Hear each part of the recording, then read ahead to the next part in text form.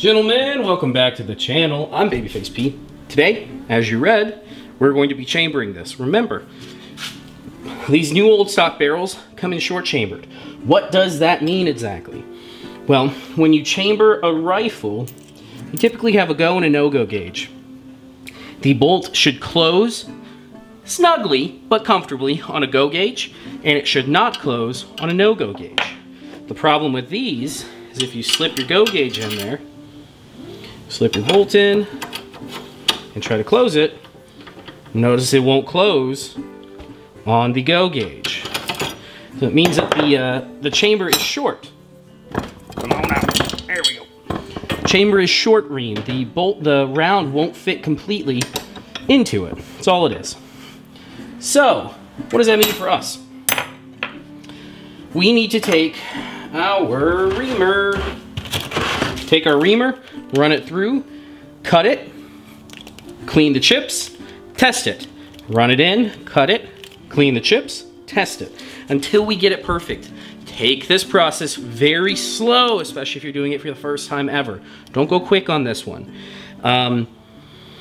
If you go too deep, you will have to take this back off, rechamber the whole thing has to be redone, and it's a massive pain in the rear. Take your time here. Chamber it correctly the first time. So, let me get started. I gotta get some cutting fluid and I gotta get the tap handle for this. So, let's get all that ready. All right, so, let me grab the oiler. We got, I didn't have a tap handle. I realized as I was beginning to start that I didn't have a tap handle long enough to reach in there. So, we made one on the lathe. Because why not? So, if you have a Pacific Tooling gauge, 1/4-28. It's right thread to get this to thread on. So it only took me about 20 minutes to knock this out. And I know I'll probably, I will make this better as we move forward. So next time I have a need for one of these, right now that's what I'm running to make it work. I'll weld across a T-bar on the back at some point, but for now, this will work just fine. So, liberal amount of cutting fluid, like that, and we're gonna run it in.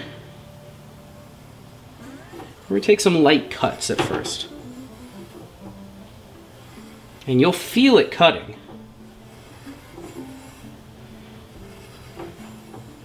Bring it back out, and you're gonna dust your chips off. You'll see all the little chips up in there. Yep, see all the little chips coming out? That's what we want to see. Let me grab the brush so I can brush these chips. That's the entire process. That's pretty much it. Let me, I'm gonna take you guys off camera because there's no reason to sit here and do this for 20 minutes on camera. Let me fit that back in. I'll stop. I'll restart when it's done. I'll be back.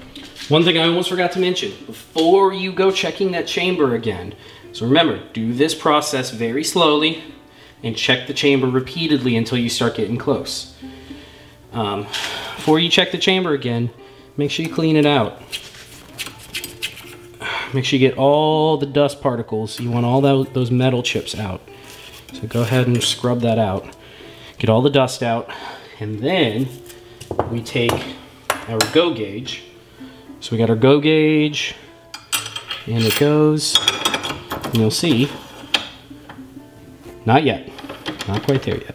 So it needs to close on go, not close on no go. I'll be back.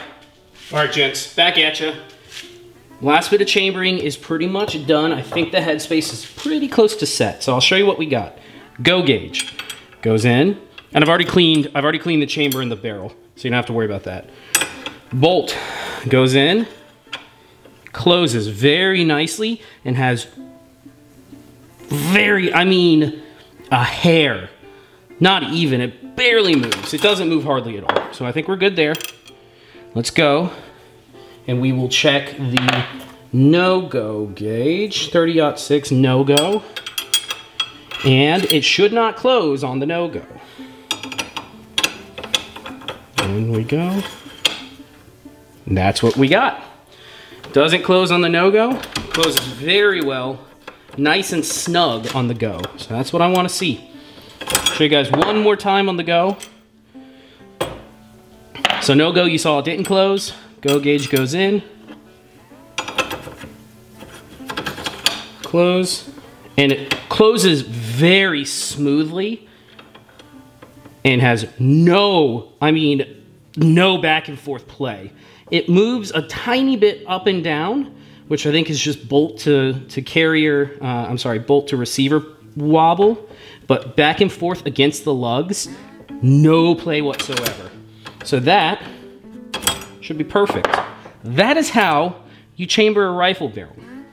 You need the gauges, you need your reamer, you need to just be patient and take your time. Do it slowly. If you go too quick and overdo that chamber, there ain't no coming back. You can always take more metal out, you can't put more metal back in.